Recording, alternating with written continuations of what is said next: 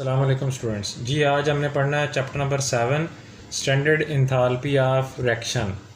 ठीक है, ये भी शॉर्ट क्वेश्चन है। स्टैंडर्ड इंथाल्पी ऑफ रिएक्शन क्या होता है कि आपने लिखना है इसमें कि under standard conditions, under standard conditions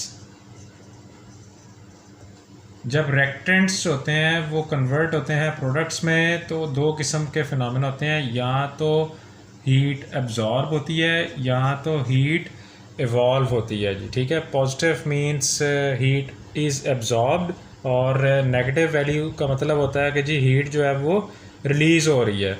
अब कई स्टूडेंट्स का क्वेश्चन होता है कि जी स्टैंडर्ड कंडीशंस क्या होती हैं। स्टैंडर्ड कंडीशंस जो होती हैं उसमें आपने बात याद रखनी है कि प्रेशर जो है वो मेंटेन किया जाता है 1 एटमॉस्फेयर पर और टेम्परेचर मेंटेन किया जाता है 25 सेंटीग्रेड। ठीक है, जब रिएक्शन करवाया जाता है तो सिस्टम यानी कि रिएक्टेंट्स और उसके जो जिस बीकर में आप रिएक्शन करवा रहे हैं दोनों का रिएक्शन कितना दोनों का टेम्परेचर 25 जो कि 298 केल्विन होता है। ठीक है जी। अब इसमें क्योंकि दो किस्म के रिएक्शंस हैं तो इसको आपने ग्राफिकली भी एक्सप्लेन करना है थोड़ा सा, कि फॉर एग्ज़ाम्पल अगर हम कहते हैं कि जी ऊपर की तरफ एनर्जी जो है वो इंक्रीज़ हो रही है, ठीक है जी, अबव एनर्जी इंक्रीजेस, तो दो किस्म के रिएक्शंस हैं जी, एक्सोथर्मिक और endothermic. Exothermic reactions, exothermic reactions और दूसरे जो टाइप होती है वो कौन से हैं जी, एंडोथर्मिक रिएक्शंस। अब जो एक्सोथर्मिक रिएक्शंस हैं इसमें आपने ये बताना है कि रिएक्टेंट्स जो हैं वो एनर्जी लूज़ करते हैं और किस में कन्वर्ट होते हैं, प्रोडक्ट्स में।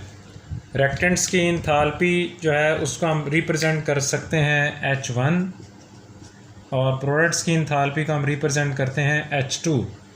अब आपको पता है कि ऊपर की तरफ एनर्जी बढ़ रही है, इसका मतलब है कि H1 जो है वो ग्रेटर दैन है किससे, H2 से।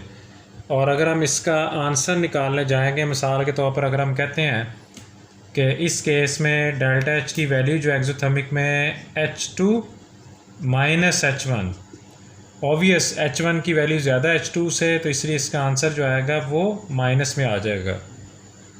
इसी तरह एंडोथर्मिक रिएक्शंस जो होते हैं उसमें जो प्रोडक्ट्स हैं वो बनते हैं जब रिएक्टेंट्स एनर्जी गेन करते हैं। ठीक है जी, रिएक्टेंट्स की इंथाल्पी H1 और प्रोडक्ट्स की इंथाल्पी H2। तो इस सूरत हाल में हमें पता चल रहा है कि H2 is greater than H1। और जब हम इसमें फार्मूला अप्लाई करते हैं, मिसाल के तौर पर अगर हम फार्मूला अप्लाई करते हैं, ठीक है जी, कि मसलन इसमें आप समझ लें कि इधर मैं लिख देता हूँ कि delta H is equal to H2 minus H1। तो इसमें डेल्टा H की वैल्यू जो होगी वो प्लस में आ जाएगी। उसकी रीज़न ये है कि H2 की वैल्यू जो है वो ज़्यादा है H1 से। ठीक है students, standard enthalpy of formation. Standard enthalpy of formation में आपने डेफिनेशन इसकी लिखनी है, under standard conditions, under standard conditions. Standard conditions मैंने आपको बता दी थी और हर दफ़ा आपको डेफिनेशन में लिखने की ज़रूरत नहीं है। फॉर्मेशन का तो बनना, ठीक है, कोई भी कंपाउंड बनता है अपने एलिमेंट से, इसी को आपने लिखना है under standard conditions the amount of heat, the amount of heat which is released और एब्जॉर्ब्ड when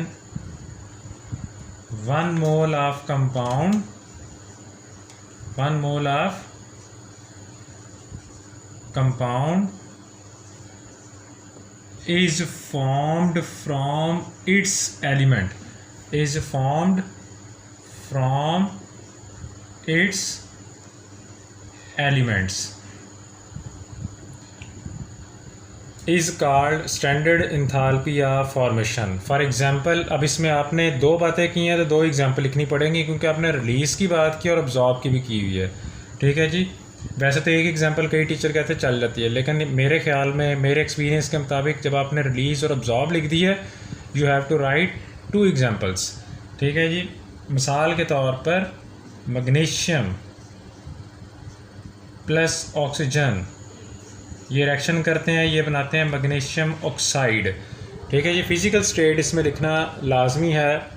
मैग्नीशियम सॉलिड है, ऑक्सीजन गैस है, और मैग्नीशियम ऑक्साइड भी सॉलिड होता है। ऑक्सीजन को आपने 1/2 लिखना है, और इसमें स्टैंडर्ड इंथाल्पी ऑफ फॉर्मेशन जो होगी वो -692 किलोजॉल पर मोल। ठीक है जी। और एक जो आपने इसमें हीट रिलीज़ का लिखा है, अब्जॉर्ब की एग्जांपल आपने लिखनी होगी, तो उसमें आप लिखेंगे N2 जो कि गैस होती है, और ऑक्सीजन गैस, ये रेक्ट करके बनाएंगे 2NO।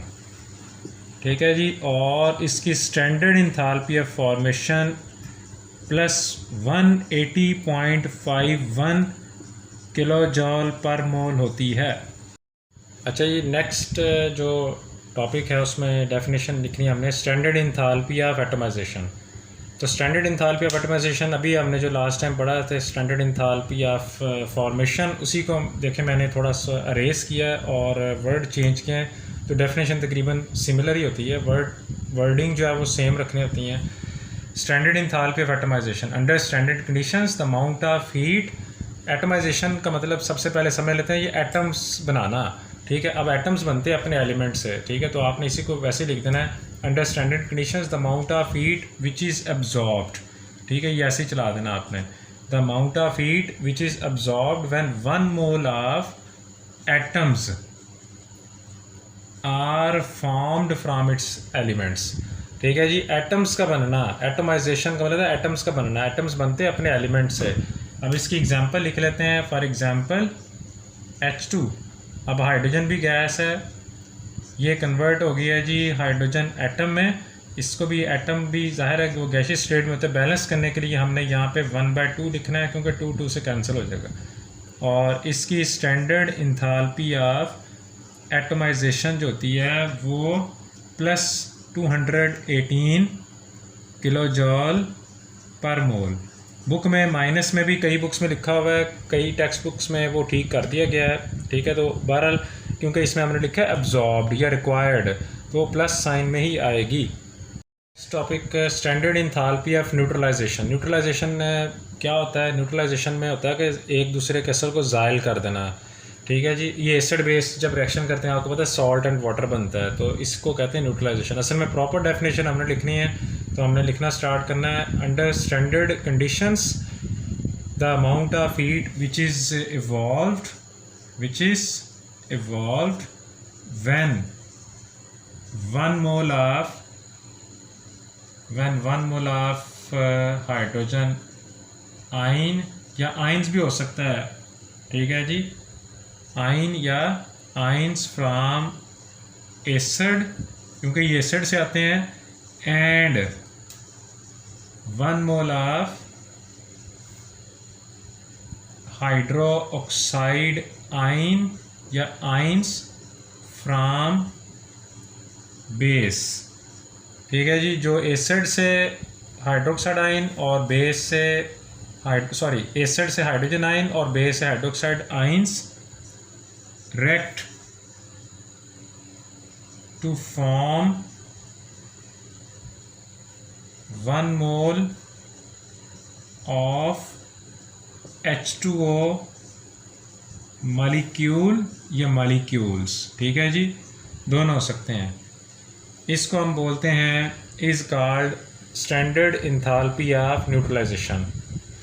अब इसमें थोड़े से रिएक्शन आपको ज़्यादा लिखने पड़ेंगे। फॉर एग्जांपल इसमें आपने फिज़िकल स्टेट लाजमी लिखनी है। फॉर एग्जांपल NaOH जो कि इसका एक्वा सोल्यूशन है, इसको आयनाइज करेंगे, ये बनेगा सोडियम आयन और प्लस हाइड्रोक्साइड आयन। ठीक है। सोडियम आयन बना और हाइड्रोक्साइड आयन बना। सिमिलरली HCl, ये भी एक, ये एसिड है वो बेस है। ठीक है। इसको हमने आयनाइज करना है, इससे बनेगा Cl negative ion, chloride ion बोलते हैं इसको, और हाइड्रोजन आयन। तो बेस NaOH है, एसिड HCl है। बेस से मैंने आपको बताया था हाइड्रोक्साइड आइन और एसिड से हाइड्रोजन आइन, ठीक है जी। तो एसिड से हाइड्रोजन आइन और बेस से हाइड्रोक्साइड आइन, ये रिएक्ट करके बनाएंगे जी H2O। तो वाटर की लिक्विड स्टेट होती है जी फिज़िकल। तो इसमें आपने स्टैंडर्ड इंथाल्पी ऑफ न्यूट्रलाइजेशन जो लिखना है वो -57.4 kilojoule per mole. Next topic, standard enthalpy of combustion.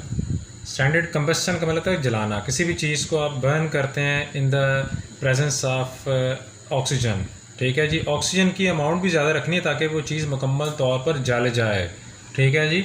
तो under standard conditions the amount of heat which is evolve, जाहिर है कि आप जब किसी चीज़ को जलाते हैं तो उसमें से हीट इवॉल्व होती है। और when 1 mole of A compound is burned in the presence of excess amount of oxygen, ठीक है जी। किसी भी चीज़ को जलाना ऑक्सीजन की प्रेजेंस में, और उसके दौरान जो हीट रिलीज़ होती है उसको हम बोलते हैं standard enthalpy of combustion. Standard का साइन ये ऊपर होता है जो डिग्री डाली होती है, ठीक है जी। और स्टैंडर्ड कंडीशंस मैंने आपको बताई हुई हैं कि जो रिएक्टेंट्स हैं, ठीक है, जब आपने रिएक्शन स्टार्ट करना है तो टेम्परेचर मस्ट बी 298 केल्विन, ठीक है जी। तो इसमें अब आपने एग्जांपल लिखनी है। एग्जांपल एक तो सिंपल है कि कार्बन सॉलिड प्लस ऑक्सीजन जो कि गैस होती है और CO2 गैस। फिज़िकल स्टेट्स आपने लाजमी लिखनी है। इसकी स्टैंडर्ड इंथाल्पी ऑफ कंबस्शन होती है जी 393.7 किलो जॉल पर मोल। और इसी तरह एक और एग्जांपल आप लिख सकते हैं। फॉर एग्जांपल अल्कोहल C2H5OH, ये लिक्विड होता है। जब आप इसको ऑक्सीजन की प्रेजेंस में ज़्यादा मकदार हो, यानी कि एक्सेस अमाउंट हो ऑक्सीजन की, तो दो चीज़ें बनेगी जलने के बाद, कार्बन डाइऑक्साइड गैस और प्लस वाटर जो कि लिक्विड स्टेट में है। और इसमें जो स्टैंडर्ड इंथाल्पी ऑफ कंबस्शन होगी वो -1368 किलो जॉल पर मोल। एक्सरसाइज में 1367 लिखी हुई है, तो टेक्स्ट बुक में हमारे पंजाब टेक्स्ट बुक बोर्ड में 1368, तो दोनों वैल्यूज़ ठीक है। अब इस इक्वेशन को बैलेंस करना है, तो कार्बन जो है वो 2 है, तो हम यहाँ पे कार्बन के साथ जो है वो 2 लिख देंगे। उसके बाद हाइड्रोजन 5 और 1 6, तो यहाँ पे हम 6 लिख देंगे। अब इसको बैलेंस, ऑक्सीजन रहेगी हमारी, ऑक्सीजन ये देखें राइट साइड पे बैलेंस हो चुके हैं। ऑक्सीजन 2 2 4 और 3 7, तो यहाँ पे 1 है तो यहाँ पे हम 3 लिखेंगे, तो 3 2 6 और 1 7।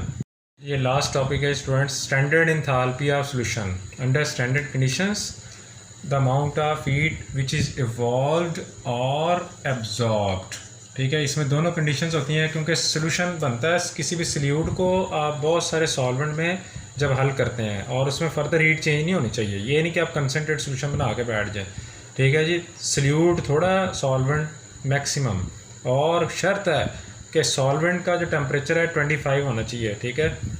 और विच इज़ इवॉल्व्ड और एब्जॉर्ब्ड व्हेन